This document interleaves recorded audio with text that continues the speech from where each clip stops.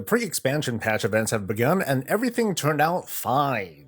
Eventually. Hey, it's Soul, and this is Warcraft Weekly, where the copium is free, but the cup, I guess, is not. You can support the channel by hitting the like button, subscribing for more WoW coverage, and catching me live on Twitch. So we gotta talk about how the week went with the Radiant Echoes event. It's the more or less typical pre-patch sort of thing where, we can level alts and grind away at killing stuff for rewards like Transmog and pets and a mount.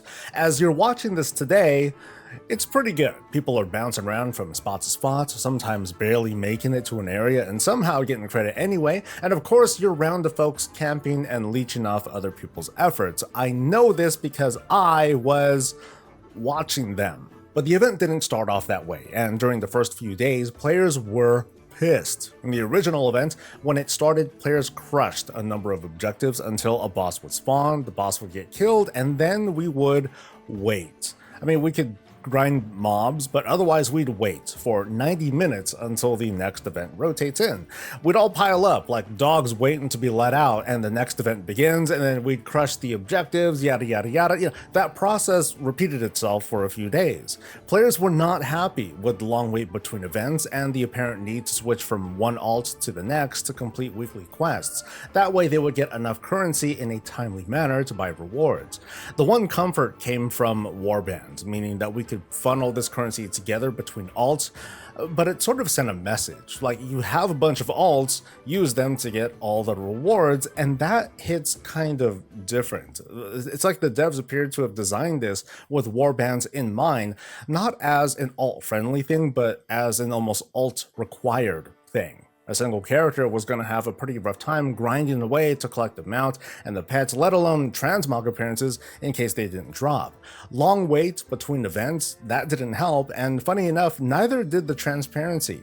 In their early announcements, the WoW team said that the event would rotate every 90 minutes in the first week, then every 60 minutes the next week, and then finally 30 minutes towards the final 2 weeks. So, knowing this, we're sitting there, we're waiting for that 90-minute timer with the thought in our heads that it's going to be a full-ass week until that 90-minute timer becomes a 60-minute timer, and then another week needs to go by before it becomes a 30-minute. It's a hole of negativity. It's a spiral down. So after we try picking ourselves back up and we see that there's still like an hour and 25 minutes left, what are we going to do? Seethe. The backlash was pretty one-sided, and it turned out to be a good lesson for Blizzard to learn. So what did they learn?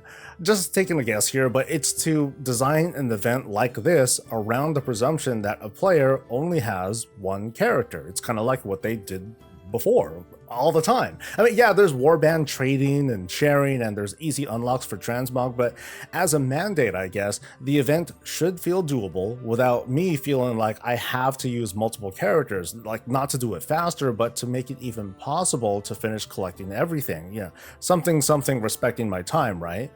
Credit where it's due though, I don't recall a time where the WoW team was able to make such massive changes to an event in such a short time. Like I said, the backlash was loud, but it felt like the team was preparing changes almost immediately after receiving feedback and transformed the event into a very different experience in a little over 2 days after it began.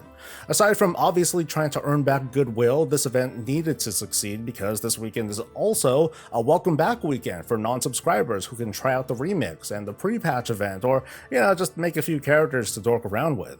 I don't mean to try and wash away their mistakes like, oh, all is forgiven. Clearly, what we saw this week is our feedback at work. Obviously, it's ideal to get things right the first time, but seeing quick responses like this does deserve a mention. So the Radiant Echoes thing is working better now, outside of the usual lag, and it's been a few days since it started, and a good handful of players are kind of sort of already done, and that's not bad at all. The event still checks all the right boxes, from transmog collection to gear catch-ups to leveling alts. No doubt that as the weeks go by, we're going to see the participation get a bit more rocky. This many people are going to come back after a long break, and this many people, they're stopping because they ran out of things to do and collect, or they're just checking out because it sucks. Not everyone was a fan of the Mist of Pandaria remix, and they're using this Radiant Echoes event for alt leveling, meaning I'm sure a good chunk of players' energy making an army of alts was already spent months ago during the remix. So we're going to see how things shape up, but at the very least, we can put the usual first days of rockiness behind us, and we can start dreading what's going to happen during early access access, which is only 20 days away. We got some pretty cool updates coming from the War Within beta. First, the current state of high or higher end gearing. In the War Within, defeating the last 2 bosses in the upcoming raid will not only award the crest that you'd usually get, but in addition, a set of crests from the next higher difficulty. We should take a second to start getting used to the new terminology. Okay, I know, but you better start getting used to it because I'm going to start using these terms going forward.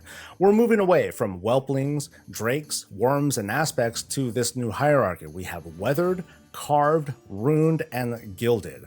The hope with these terms being a little bit less thematic is that we'll stick with them going forward for like ever, I hope, until they break it all over again. Anyway, with this crest change, it means for raid finder people, for example, the last 2 bosses of the raid are going to drop 15 weathered crests and 15 carved crests. The significance here is those kinds of players don't need to wait for carved crests, as in they need to collect them until all their gear is at a certain item level, then they can trade their weathers for carves, like they can start earning them much sooner. Let's use me as an example too. Like all I aspire to do is Keystone Master and ahead of the curve. During Season 4 of Dragonflight, I was sitting on a bunch of hero gear that I couldn't upgrade until later in the season because I didn't naturally earn aspects. I was just limited to the trade-up system. In the War Within, I'm gonna feel that much more motivated to fully clear the new raid for them gilded so I can unlock mythic appearances and craft mythic level gear. Now, it's only 30 crests, it's only 2 upgrades per week, but it does let folks like me stay in our lanes, so to speak. I'd rather do the heroic raid on my raid nights rather than take up an extra time or an extra day to try and run +9s. I think it's a small boost, but it's a big win for raiders and people who've been flipping out without a path to complete their gear upgrades in a timely manner. Speaking of mythic crafting, some great news too. Last week we talked about how the mythic gear track has 6 levels up from 4, and how on its face that left crafted gear falling far behind.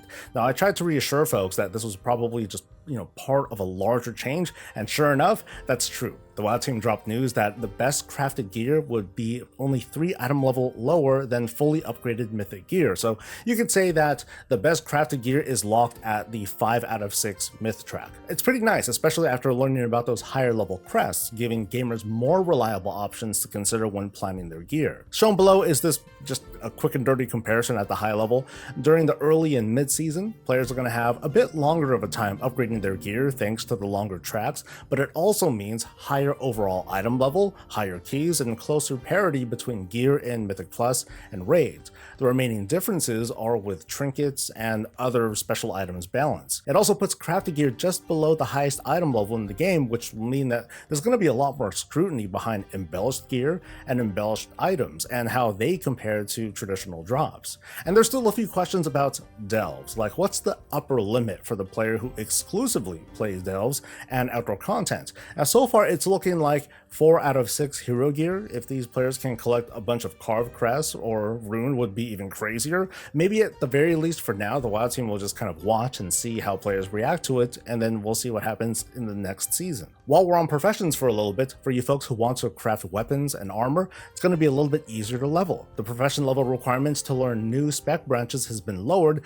to basically how it feels in Dragonflight, where unlocking specialization branches requires skill levels 25, then 50, then 60, and then finally 75. This is down from the usual 25, 50, 75, and 100 to learn them all in the beta. Anyone who's seen my guides have probably heard me mention possibilities where it'll be virtually impossible to level further.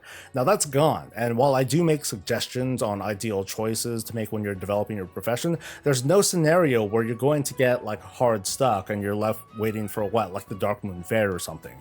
This is thanks to the lower requirements that I mentioned and patron crafting orders in case your realm doesn't have a strong trade chat economy. So what happened to the Transmog unlocks from quests? That's what some have been saying since shortly into the pre-patch.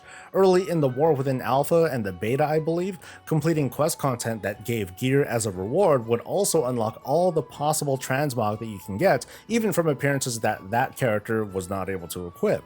At least as of right now, that doesn't seem to be the case, not even on the beta, sending the message to players at least so far that they may need to run quest lines across multiple characters to unlock all the appearances. Just like how I talked talked about crafted gear last week, this is one of those, feedback as I see it sort of talks. I have a fairly good feeling this is still going to happen. It's just that for whatever reason, it's not working. It was delayed. It's bugging out. I don't know. But here we have Morgan Day talking about this during an interview with Mr. GM a little while back. We noticed in the testing was like we were doing quests and it would collect all the appearances for all the different armor types. But one of the big questions that people are curious about is it retroactive to quests that we've already done where we need to redo Lawmaster, or is that going to be kind of a massive spam of appearances when we log in? Yeah, so I mean, Quest will continue to grant the Transmog and should be retroactive. You might also remember how last week one of the big zone activities was oddly missing from the beta. Well, that's back too. I want to have a bit of a conversation on this topic, but first I just want to reassure you folks that gamers are likely to get what they want by the time we launch. If not, maybe we'll get an announcement about it shortly after. So what if they did walk this back? What if we do need to replay through multiple characters for some of these appearances? How would players react? Would our response be monolithic? Would it be unified? I think about MMOs like WoW and the idea of replayability and where we lie on the spectrum. We're in the middle of a big change for World of Warcraft, where the momentum is shifting towards wanting to better respect the player's time, but that means a lot to different people. On one extreme is the old school, I guess the classic WoW mentality, where, hey, you want another character? Cool, you start from the bottom all over again. On the other side, the suggestion that everything is account shared, like, hey, you get that mythic weapon, cool, now all your characters have that mythic weapon, or you level to 80 once, great, now you make a brand new character, ta-da, it's now level 80. So, two extremes, and all of us are somewhere in between. So here's me sharing. I'm very big on cosmetics, but I don't care that much at all about mounts. I love collecting Transmog, but only apply my collections to one character. So yeah, I'm a collector. You can't take that badge away from me, but I'm not a completionist. I don't mind having to play multiple characters to get appearances, as long as I have all the time in the world to do it. I've surprised myself numerous times redoing a quest that I haven't done in years, and and that feels super fresh, and that's where I get my value from collections, to also relive that story behind it months or maybe even years later. My question for you is, just where are you on the spectrum? Do you have any thoughts or opinions on these sorts of unlocks? I'd love to hear from you, and that's the show. I've been spending a lot of my time gathering, at least in this particular build. Mostly I've been doing herbalism and mining so far, skinning's on its way. Meanwhile, I'm kind of thinking out loud, just how do I want to do all of my leveling during the early game, like the first few days, early access and so on, preseason. I am going to do early access. I want to have a gathering character and I want to start setting up alts. So yeah, I'm going to do a video where I share my plans. It's not going to be a guide as if this is ooh, this is the best thing to do and everything. It's just in case people are as stuck as I am and are thinking about this, 20 days. It's going to come and go really quick. It's coming up really soon. The plan so far is 5 characters, so I can go for that leveling bonus of, I think, 25% for all my characters going forward. Character number 1, almost for sure, is going to be my main, and alongside the main campaign, they'll do probably all the side quests in the 3rd and 4th zone for the purpose of getting those one-time reputation rewards, and they're also going to be able to unlock Pathfinder. The second character will likely be my herbalist and miner, my main gatherer. Adventure mode is going to be unlocked after my first character going forward, so this one is just going to probably zip around doing side quests in the 1st and 2nd zone while doing all the gathering. I'm probably going to be doing nothing but gathering until the official launch time, when I'll be I'll be observing the markets to see if I should be selling my gathered stuff right away or if I should hold off. I'm mentally preparing myself though, just in case they do something crazy like disable all professions during early access. In that case, I'll switch gears and focus on combing through every quest line and make sure I complete Lore Master during early access. And then I'm going to do a lot of my outdoor content on my gathering character. I'll be picking off rares, finding treasures, and so on and so forth while gathering. But anyway, I'm going to have more to talk about when I release that video, but I'm starting to really feel the pressure. I still have the inscription profession, engineering, and the gathering professions to cover. Hopefully I'll be able to squeeze in fishing and cooking. For now though, it's the weekend and at least one day of rest. Let's give thanks over to the amazing folks on Twitch. Your support has been great. A big shout out to our patrons, including even more newcomers. Y'all are being crazy. So Ken and an axolotl, or is it Axel Atlanta? Whatever. Glad to have you. And of course, there's you. That's right, you, Algorithm Squad. Y'all are great, and I hope to see more of you. Please like the video, subscribe for more coverage, catch me live, and I'll catch you later. Stay safe, stay healthy, and stay breezy.